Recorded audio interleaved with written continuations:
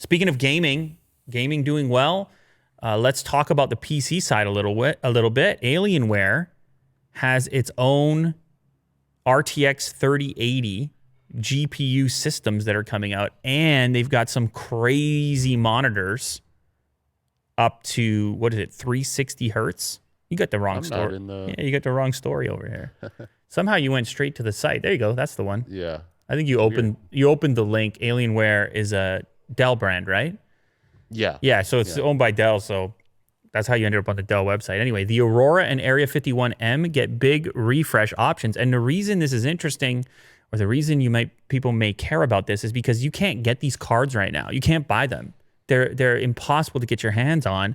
And since Alienware, Dell, I presume, have some priority sequence of getting these things, one of the ways in which you can get one is by buying it in a pre-configured system in the form of the Area 51M or the Aurora.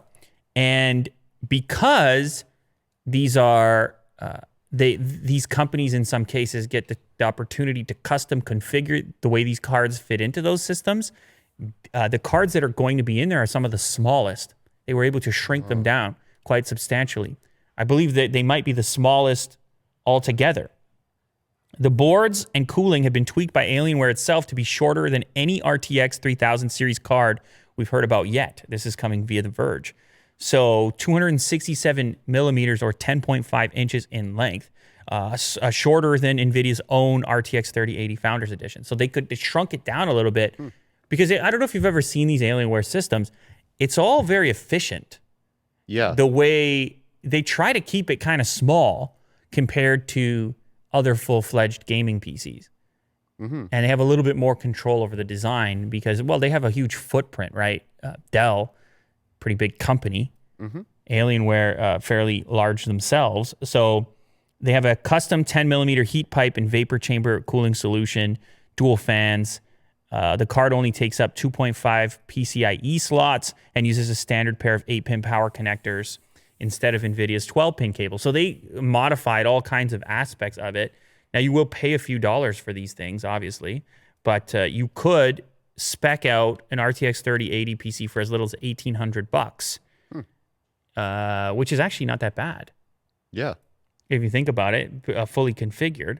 Now, they also are talking about some of the new monitor solutions. One of the most interesting, probably the most interesting, is this Alienware 25 monitor with a blazing fast 360 hertz, 1 millisecond fast IPS G-Sync capability.